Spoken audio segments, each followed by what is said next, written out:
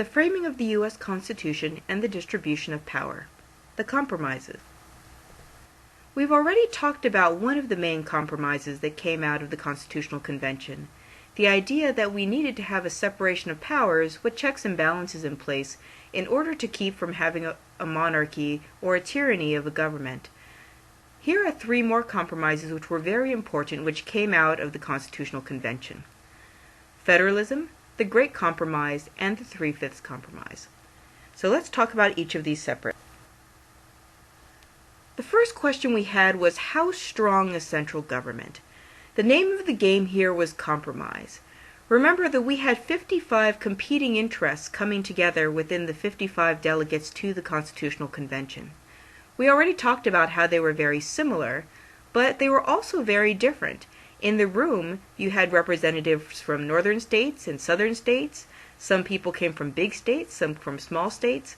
Some came from slave economies, some came from commerce economies, and some favored states' power versus a national power.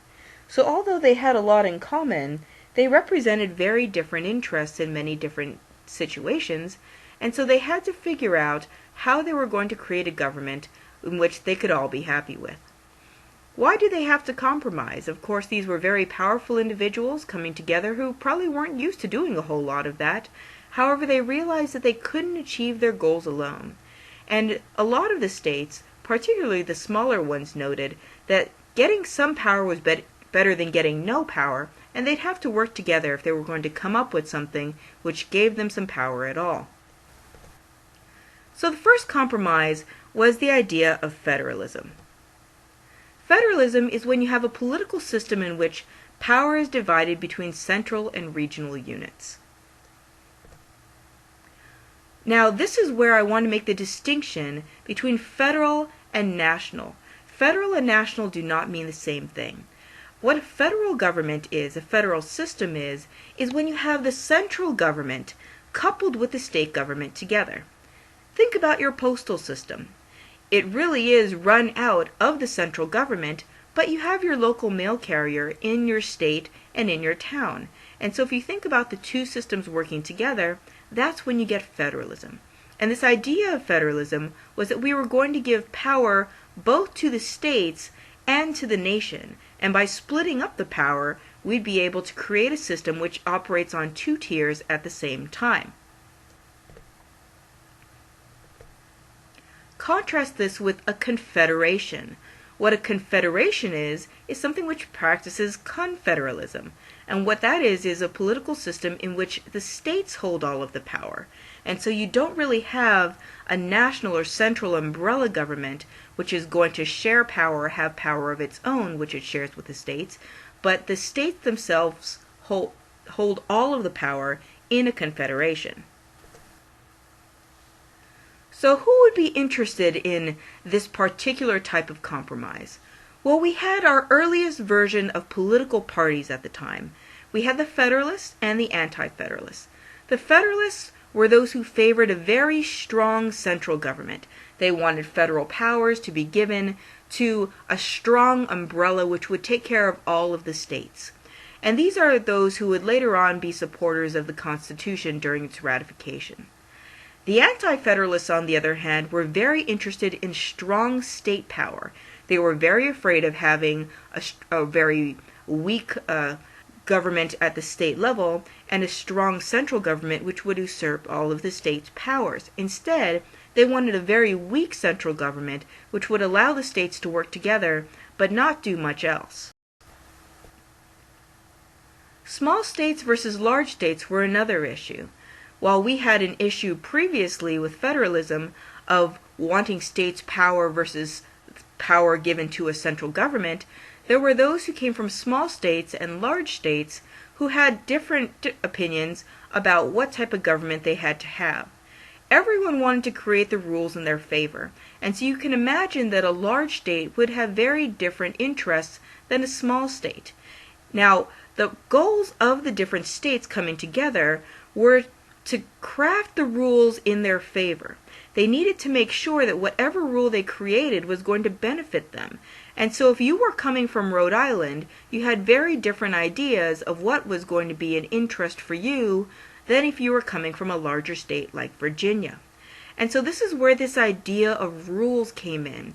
You'll remember when we talked about rules and we talked about institutions, and we talked about the rules as the how of where power was going to be, of how power was going to be exercised. Sorry, you can tell I'm doing this without a script. So we are looking at how power was going to be exercised, and these were the rules of how power was going to be put out and distributed.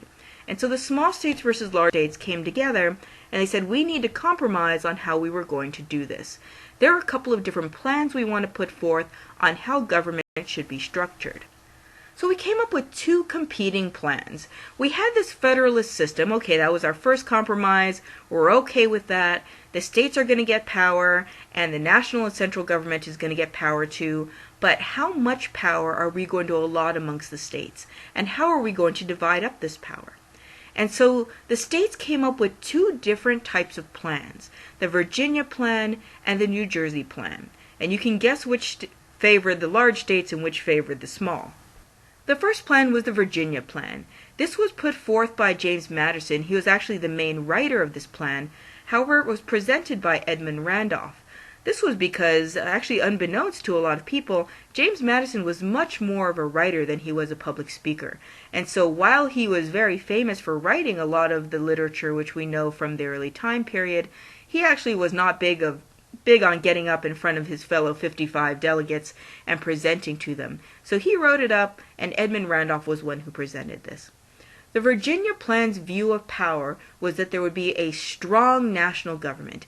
It would override the state law and would really give a lot of power to this central new government that we were creating. For the legislative branch, we would have two different houses. This is called bicameralism. Bi meaning two, camera meaning house. And one house would be elected directly by the people. The second house would be elected indirectly by a combination of the state legislature and the popularly elected House number 1.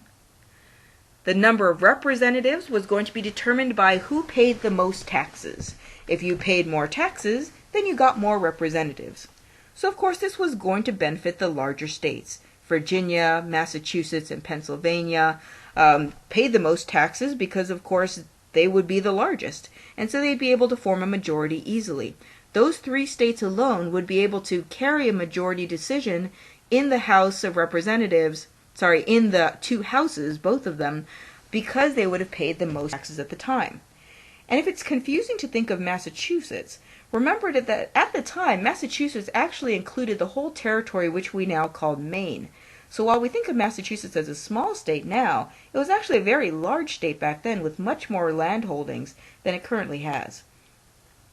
For the executive, the Virginia plan sought a single person who would be appointed by the legislature, and the judiciary, we would have a national judiciary appointed by the legislature. So you can see everything going back to the legislature here, where the legislature was going to be elected directly by the people, and of course the number of representatives would be mostly from these three large states.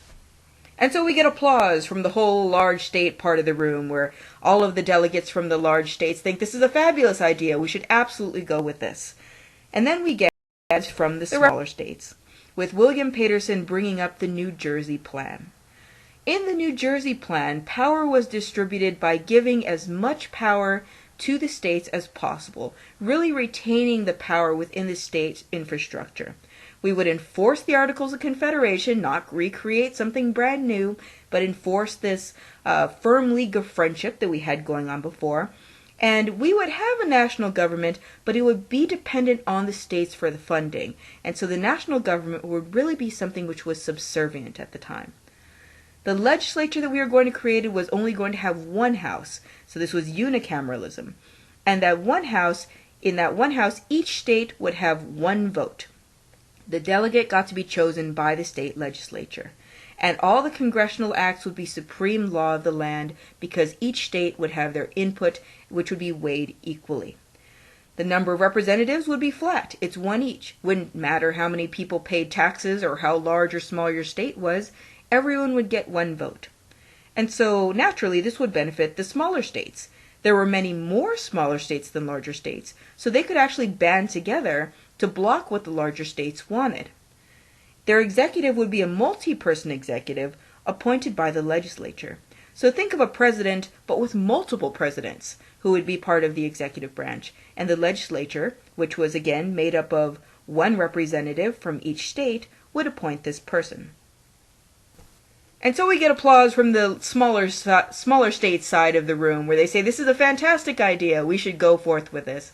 And we see a problem that we have two competing plans which were very different from each other. We have the Virginia plan saying there's a bicameral legislature, the New Jersey plan only wanting one house. Representation in the Virginia plan would be based on population of who could pay taxes, whereas in the New Jersey plan he said no, everybody should be equal. We had one house being elected by the people and one elected by the state legislatures in the Virginia plan, whereas representatives were elected by the state legislatures in the New Jersey plan. We had a single versus multi-person executive, and we had people from the large states favoring one and people from the small states favoring another. And so it was clear that one plan was not going to be chosen over the other. They were just too different. The Great Compromise. And so we had to come up with what the Great Compromise was, the compromise between these two plans, which brought to the power to the strong federal structure headed by a central government with sufficient powers. But this is the way that it was going to be broken up. There would be two houses. We would have a bicameral legislature, and the first house would be based on population, elected directly by the people. We would call this house the House of Representatives. And the second house would be called the Senate, where each state would get 2 votes and be elected indirectly by the state legislatures. Also, the 2 houses would slow down legislation. Now, you can see where this was drawn from. We can see the House of Representatives idea coming from the Virginia plan and the Senate idea coming from the New Jersey plan. And so this benefited both states. Since legislation would need both of the houses to pass, you would actually have to go through both the large states and the small states in order to get anything done. Now, as you know, today the Senate's a little bit different. We don't elect indirectly through the state legislatures, but this is the way that it was thought of at the time. The executive would just be a single person, and we would have a national judiciary. Next compromise we would have to deal with was the decision of what to do with the northern versus the southern states. Now that we had the idea that the House of Representatives was going to be counted by population, we had to say what exactly population was. Who were people who counted for counting population? Well, there was a debate about this. The southern states said, well, of course you have to count the slaves because they're people for purposes of counting. Of course, they had no intention of letting them have any representation or letting the slaves vote, but they wanted to count them because the southern states knew that if they counted the slaves, they would have a lot more people in terms of population. If they had more people in terms of population, and so we come to one of the most detestable compromises. So the northern states tried to shut this down. They said, no, don't count any slaves because we know what you're trying to do. Someone came up with the idea that they can't vote, we should not, instead of counting all or none, we should count a percentage of the slaves who are currently being held. Each slave will count as 3/5 of a person. In other words, for every 5 slaves, we will count 3 of them as people. Representatives and taxes shall be determined according to population, and will add the whole number of free persons, including those bound to service for a term of years, and excluding Indians not taxed, 3/5 of all other persons. This is the way that it was written in. So you can see very carefully the way that it was crafted. We didn't actually say the word slaves in the Constitution, but the Founding Fathers tried to allude to it by saying, okay, we're going to count all the free people, including all the indentured servants. We're going to exclude all Indians. They don't count as anybody at all. And then we are going to count 3/5 of all those other people. And so you can really see this really going back to the we the people, who we the people are. Clearly, we the people are not the Indians not taxed, and we the people are not all other persons who who the slaves were being referred to in this particular paragraph. But this is what the compromise actually referred to. These 3/5 of all other persons meant that we were going to count 3/5 of the slave population for purposes of determining population for the House of Representatives.